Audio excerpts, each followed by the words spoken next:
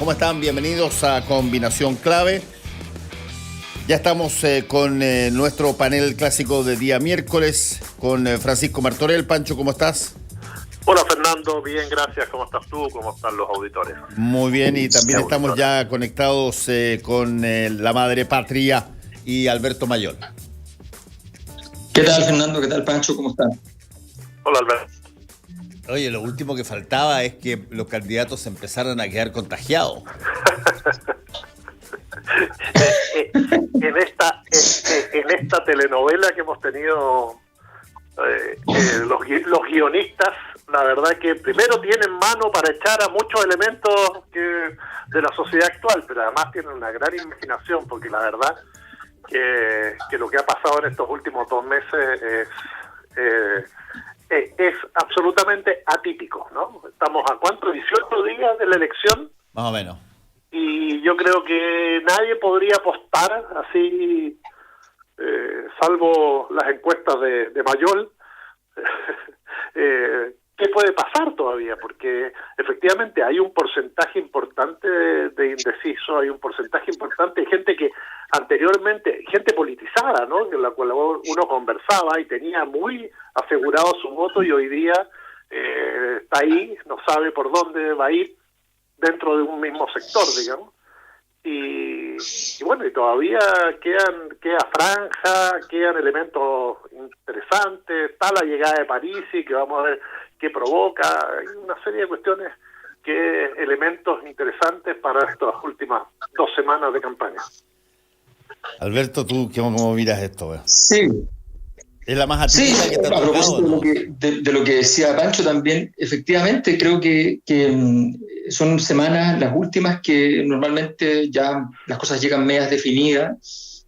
Es probable que la estructura que tengamos ahora sí esté relativamente definida, pero por ejemplo, yo les quiero contar que no puedo contar mucho porque la lanzamos en la tarde hoy día, la encuesta a las 6 de la tarde, pero les alcanzo a contar, por ejemplo, que efectivamente cambió el escenario. O sea, hace 1 mes y medio atrás, no más que eso, el grueso de la explicación de por qué la gente votaba por un candidato, haciendo un modelo para poder entender qué factores, qué atributos de los candidatos estaban siendo más importantes, era la condición, la confiabilidad ética de la persona. Eso explicaba el 25% de todas las decisiones. Hoy día ese atributo bajó notablemente y es el 4.º atributo, bajó a un 12%, y los más importantes pasan a ser otros atributos, como la propuesta para el país, como la gobernabilidad, la capacidad de resolver los problemas que uno tiene. O sea, cambia radicalmente. Efectivamente, a medida que se acerca la elección, se presidencializa más la elección. Entonces, se ven modificaciones estructurales en los atributos de los candidatos. No solo Sichel se mueve porque estuvo en crisis, sino que se mueven todos. Sichel y Boric bajan en muchos atributos, no tanto Boric, obviamente, como Sichel.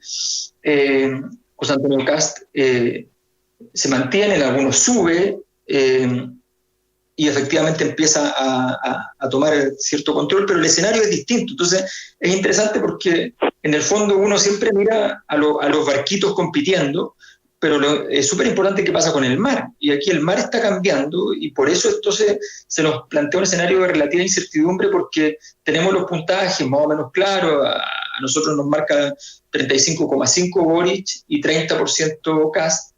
Y la verdad es que ese escenario me parece bastante probable, pero más allá de eso, se ven en otras variables que el asunto no está para nada definido. Sí. Pancho, ¿tú cómo estás viendo esto? Sí, no, yo comparto con Alberto, y le quería preguntar, porque dijiste 36, 35, es decir, de acuerdo a la última encuesta que habían dado usted, Kast habría subido 5 puntos. Sí, subió mucho, pero subió todo lo que prácticamente todo lo que bajó Sichel. Nosotros hicimos la encuesta anterior antes de que cayera Sichel. Sichel cayó como 16 puntos y subió 17 y algo Kast. O sea, efectivamente se lleva todo lo que cayó, pero todavía conserva, lo interesante a mi juicio es que como Sichel conserva un 10, no es obvio que ese 10 sea sumable directamente a la derecha porque esa gente no migró cuando podía migrar razonablemente y se está quedando como un candidato debilitado. Y por tanto probablemente hay y de hecho se nota después en el trasvasije de votos, la segunda vuelta, que efectivamente algunos de esos votos no van a Kast. Entonces, ahí hay una serie de fenómenos que se empiezan a dibujar interesantes, pero efectivamente yo creo que el cambio de la conversación va a ser lo más influyente en todo esto, más allá de lo que hagan los candidatos. Sí, bueno, esa es una de las cosas porque además están siendo impactadas en estos días, en estas horas más bien, por la realidad del país que sigue en pandemia, digamos, y parece que hay un cuidado específico en torno a las candidaturas. Se sintió mal Gabriel Boric, eso hizo que los demás fueran contacto estrecho porque habían estado en paneles. Esto ya, lo último que falta es que empiece un reguero de este tipo de cosas al estilo Colo-Colo, digamos. Pero bueno, la política no tenía por qué estar ajena a lo que pasa en todas las otras situaciones, digamos. No, además que si tenemos tal aumento de contagio y este delta que es obviamente probable que los candidatos que están expuestos a abrazos, a saludos, etcétera, a lugares cerrados, a muchas reuniones, alguno pueda caer. Ojalá que le salga el PCR negativo a Gabriel Boric, porque para que esto no genere un nuevo ruido. Ahora, y además, Fernando, están todos los elementos, ¿no? Si está este tema todavía el cuarto retiro, que si se va a votar, no se va a votar, cuándo se va a votar, cómo va a afectar. Hay algunas mediciones que dicen que por lo menos el 50% de los electores, no sé cuál seria será la encuesta, dicen que van a votar de acuerdo a cómo lo haga su representante o su candidato en este cuarto retiro. Está el tema del cambio climático. Ahora yo creo que va a venir también una andanada fuerte a quien de alguna manera se ha visto afectado por otro tipo de ataque, que es José Antonio Kast. José Antonio Kast tiene un programa que desde el punto de vista práctico es muy débil y además es poco serio, digamos. Es decir, plantearse hoy en la situación que vive el país, con todo el tema de ayudas sociales, con todo el tema de cambios, con todo el tema de educación gratuita, con todo lo que se ha avanzado, plantearse hoy la disminución de impuestos, la disminución fuerte de recaudación para el Estado, es una locura, y creo que por primera vez está apareciendo ese tema muy fuerte en el debate público. Es decir, primero lo puso Sichel, ahora lo están poniendo los otros candidatos, pero efectivamente el programa de Kast, que había pasado de alguna manera colado en esta última etapa de debate, hoy comienza a ser cuestionado, y es importante que la gente empiece a cuestionarse. Bueno, ¿qué pasa si bajan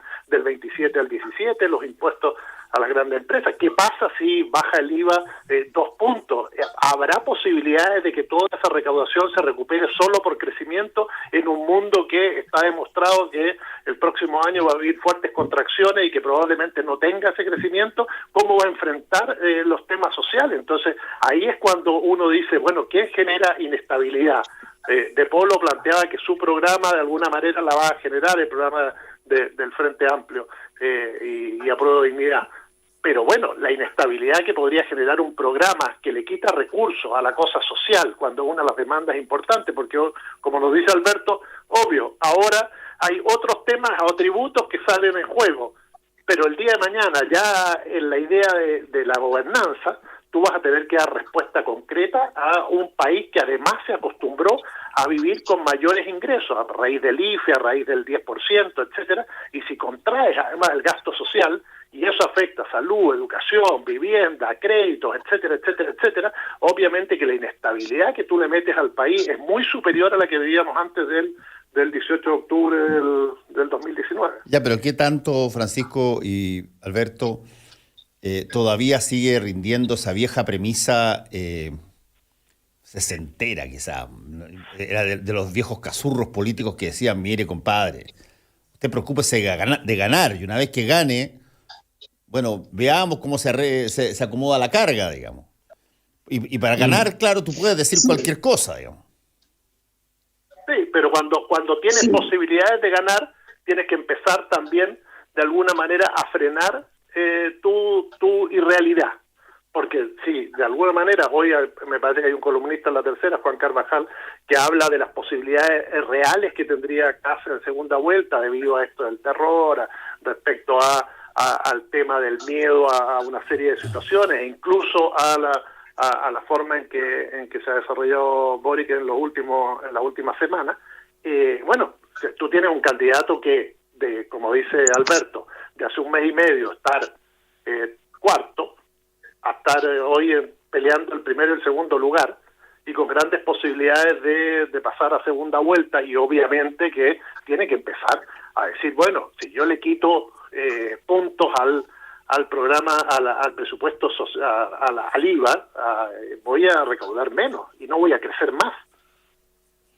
No puede seguir con una cantinela que no es real. Es decir, así como es difícil recaudar más a aquellos que evaden impuestos o que eluden impuestos, y es un tema que a Gabriel Boric se lo han puesto muy firme, también uno le puede preguntar a Kast, bueno, ¿cómo garantiza el crecimiento en un país donde sabemos que muchas veces depende del mundo? Y el G20, Argentina, el FMI, etcétera, todos nos muestran que el próximo año no va a ser un año fácil y los próximos que siguen tampoco.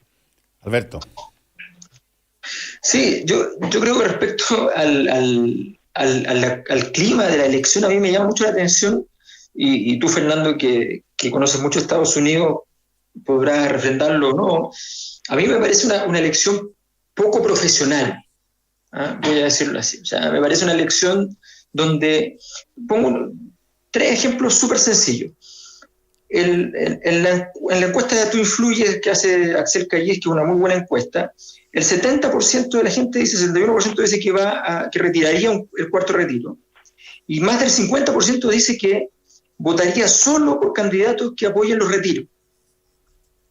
¿Ya? Eso en Estados Unidos, los equipos de asesoría estarían diciendo, mira, todas las preguntas las contestas con esto. O sea, todas. A nosotros en la encuesta y en la criteria también sale, sobre el 60% aprueba la idea de la acusación constitucional contra Piñera. ¿Ya? O sea, tienes ahí un material enorme. El tema, además de la acusación constitucional, produce un efecto sobre Kast muy complejo, porque el primero se metió en el tema, sin decir que voy a la acusación, pero sí en el fondo criticando mucho a Piñera, justo en el momento de la acusación constitucional. Pero ahora, que es el candidato oficial de la derecha, no puede hacerlo. Y por tanto tendría que salir a rechazarla. Entonces le cierras la llave en 40 puntos, como máximo. Bueno, todas esas cosas en diseño de campaña, una cosa súper obvia, y se usa un montón, y normalmente, no sé, las candidaturas emblemáticas de Lavín en su momento, incluso las de Bachelet, eran muy, muy orientadas a ser eficientes en términos de los mensajes de aquellas cosas que tenían que funcionar. A Bachelet le dijeron gratuidad es el tema, ella llegó y dijo, ya, pero yo quiero gratuidad y quiero a Camila Vallejo y a Giorgio Jackson al lado mío, porque si no los tengo al lado y están al frente, me van a quitar gratuidad. Y listo, se hizo. Ese nivel de profesionalización yo no lo veo, y me llama la atención que no haya un diseño de campaña para ganar la elección. Lo que dices tú, Fernando, las elecciones primero se ganan y bueno, después habrá que cambiar de guitarras, eso es verdad. Ahora, bueno, tú tienes ahí este episodio que ocurrió con Sebastián de Polo, que a mí me parece, para serte franco, casi lindando en lo patético, digamos. Porque si hay algo que eventualmente una campaña seria, una campaña en forma, una campaña profesional, para ponerlo en tu léxico, hace es generar un comité de contenidos, digamos, un comité que vaya colocando qué cosas tenemos que posicionar, qué cosas y qué conceptos son positivos, son negativos para la campaña, pero tener que pasarse 2 días explicando que la inestabilidad no es parte del deseo del candidato, me parece, pero es decir, es poco un balazo en el pie. Sí, Fernando, y además el día que el candidato está lanzando el programa. Además.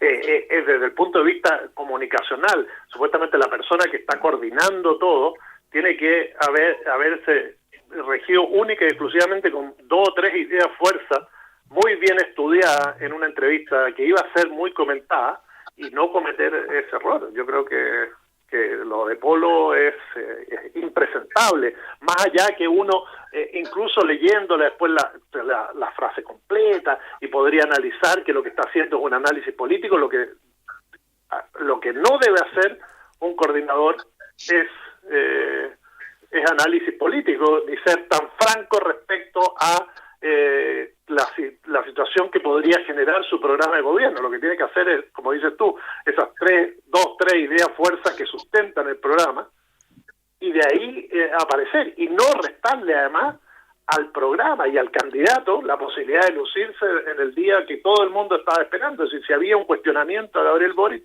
era que no tenía programa. Lanza el programa y aparece de Polo con un Exocet o misil bajo la línea de flotación, prácticamente el candidato.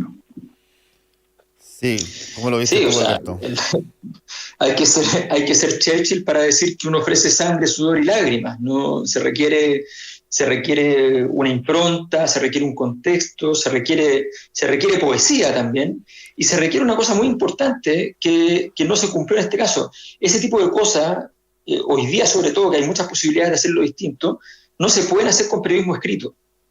O sea, ese tipo de cosas se hacen en televisión, y si se va a decir una cosa fuerte, que es construir las condiciones para que efectivamente cuando se llegue al gobierno la gente entienda que no se vendieron expectativas falsas por completo ni nada por el estilo, entonces eso se tiene que diseñar quién lo va a hacer, si lo va a hacer el candidato o no, pero eso se hace por la tele, porque en la tele tú puedes dar contexto, porque en la tele tú puedes poner un tono de voz, puedes hacer puedes trabajar la parte dramática de la situación. Tienes que decir, mira, la verdad es que cuando se instauró el modelo neoliberal también hubo una crisis gigantesca. Todos los cambios producen crisis. La gran diferencia es que este cambio va hacia el desarrollo, esto pasó en tal parte y funcionó de tal manera. En fin, hay que construirlo, pero tú no puedes llegar a decir, sí, incertidumbre, habrá. O sea, no se puede, y efectivamente creo que habla de esta situación. Ahora, yo digo, no solamente por lo del comando de Boric, yo lo veo generalizado, yo veo que Yanna Proboste ha perdido muchas oportunidades, yo veo que Sebastián Sichel se equivocó en la estrategia general. Si él pensó que él ya era el líder del sector y por tanto el primer debate fue a tantear terreno, cuando él era un aparecido y tenía que ir a golpear el primer debate y demostrar que estaba dentro de la cancha. Él pensó que ya controlaba la zona, y no era cierto. Entonces, esos son errores de lectura que en ese sentido son errores muy gigantes que al final cuestan caro. Sí, por eso que yo planteaba esto de que me parece de pronto que como que no hay una suerte de, como, así yo le puse comité de contenidos, pero una cosa donde estén armonizadas las cosas que se deben estimular, los conceptos que se deben intentar posicionar, aquellos que son de alguna forma perjudiciales, porque da la impresión de que cada cual habla de acuerdo a lo que piensa. Me parece eso desde el punto de vista de la realidad cotidiana perfectamente normal, pero desde el punto de vista de una campaña electoral donde ¿para qué estamos con cosas? Todos miran a los otros para ver dónde patinan y poder sacarle el mejor provecho a aquello y capitalizar algo. Pegarse errores no forzados es una cosa muy dañina, y desde ese punto de vista, claro, tú tienes montones de cosas y todos los candidatos tienen situaciones que inevitablemente van a provocar alteraciones en el statu quo, si por eso es que ellos piden, la gente les llama cambios. Incluso las personas que parece que son más conservadoras, cuando proponen esta baja brutal de impuestos, o cuando anuncian que van a utilizar facultades especiales para los militares y policías en determinadas circunstancias, saben que el enunciado ese es, bueno, el concepto básico y mínimo en que se tiene que quedar. No tienen que adelantarse a decir de que va a haber, qué sé yo, regiones congeladas, o que eventualmente alguien sueñe con la posibilidad de que se levante el control o el poder del nuevo gobernador regional y que lo tenga un militar. Pero por eso es que es extraño el que este tipo de cosas pasen cuando se está acercando el día de la votación, porque da la sensación un poco, y aquí me cuelgo tus palabras, Alberto, que no hay mucho orden ni profesionalismo en el asunto.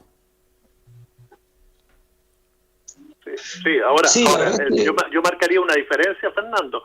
El discurso de Kast y los errores no lo vería como más para si los cometiera en segunda vuelta. En esta primera vuelta, afianzando su electorado, todas esas propuestas autoritarias, basar el crecimiento, la disminución de impuestos, lo afianzan en su sector. Y creo que él todavía no se siente lo suficientemente fuerte, o quizás no lo necesita aún para pegar ese viraje donde empiece a mediatizar, que creo que si pasa segunda vuelta vamos a tener a un caso seguramente mucho más cercano a lo que fue Lavín, que convocando incluso al centro y tirando y muy anticomunista, pero también muy inclusivo. Creo que lo vamos a tener así si es que pasa segunda vuelta, pero ahora no lo necesita. El caso de Polo y la candidatura de Boric, sí, efectivamente ahí tenemos un elemento donde además usa una de las palabras que más asusta, ¿no? Que es la inestabilidad. La inestabilidad sabemos que es entendida por todo el mundo, y además la usa él, no es que la agregaron, no, la usa él, que se puede entender, como dice Alberto, en un contexto mayor, y uno la puede explicar muy bien, y lo que significan los cambios y las incertidumbres que generan, pero no a 14 días de una elección, y menos el día que estás presentando tu programa de gobierno. Alberto. Sí, yo creo que efectivamente en general tener claro, o sea, yo no sé si las candidaturas están funcionando efectivamente con comités integrados. Ha pasado mucho en los últimos años que yo me he enterado que hay candidaturas que trabajan con un equipo por un lado, otro equipo por el otro, y entonces hay una situación un poco esquizoide de la candidatura, porque a una hora manda un equipo y a otra hora manda otro en otro evento. Creo que ese tipo de situaciones es posible que estén ocurriendo porque da la impresión de que no hay un mensaje integrado. El lanzamiento del programa de Boric era fundamental, porque había habido una herida en suspender el programa anterior, y esa herida tenía que repararse, y para eso había que tener muy claro cuál era el mensaje y la medida estrella de la cual bajaban todas las demás, en fin, y cómo eso se articulaba con el momento presente, en fin, toda una cadena.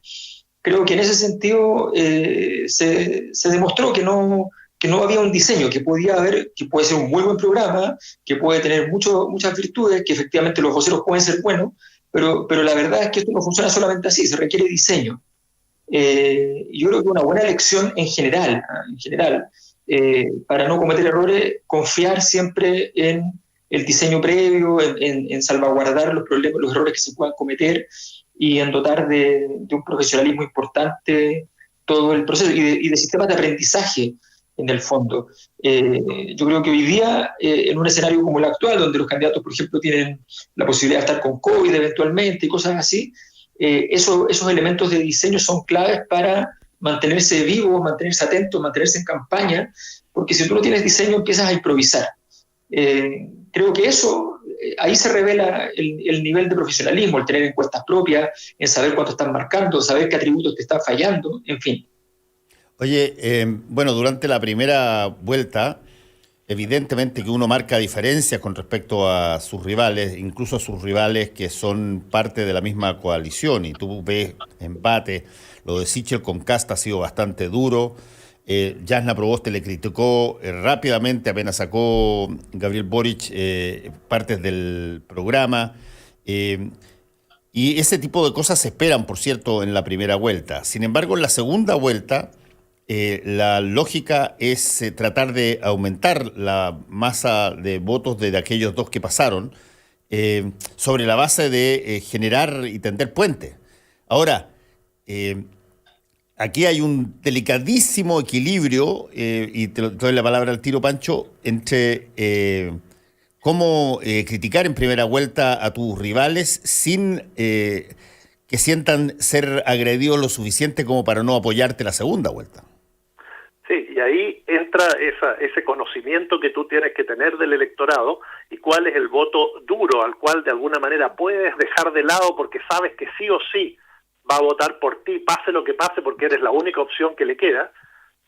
Me imagino en algunos candidatos, y otro a cual puedes salir y tienes que salir a buscar. Y es ahí donde las palabras, la campaña, las imágenes tienen que ser muy fuertes, muy bien estudiadas, para no ahuyentar hoy al electorado posible en la segunda vuelta, para no provocar eso que se te vaya para la casa. Un poco lo que le pasa a Yarna Proboste con Paula Narváez, por ejemplo. No sabemos dónde está. Dijo, parece que está haciendo campaña en Valdivia. Bueno, esos problemas de la primaria hicieron que alguien que podía haber estado y haber de alguna manera recogido un apoyo del Partido Socialista se perdió. Entonces, en estos días también tienes que ser muy cauto, pero también conocer tu electorado. O sea, el voto duro lo vas a tener. Bueno, ¿cómo salgo a conseguir el otro y cómo no pierdo aquel del candidato que me es más cercano? Y ahí debo ser muy inteligente, pero tienes que actuar con equipos, con encuestas, con imágenes y, ojo, también mucha calle, mucho escuchar qué está diciendo la gente. Yo creo que a esta campaña quizás, además de lo que esa profesionalización que tú hablaste, Fernando, también falta este tema de la calle. Se ha perdido el tema de eso de saber qué está pensando, qué está pasando por la gente. Bueno, se nos acabó el tiempo. Muchas gracias a Francisco Martorell y Alberto Mayol. Cuídense. Nos encontramos la próxima semana. Chao, chao. Gracias. Un abrazo. Un saludo, Alberto. Chao. Porque la información, opinión y debate son una combinación clave. Escuchas a Fernando Paulsen por la 92.9 en Santiago. La clave me escucha.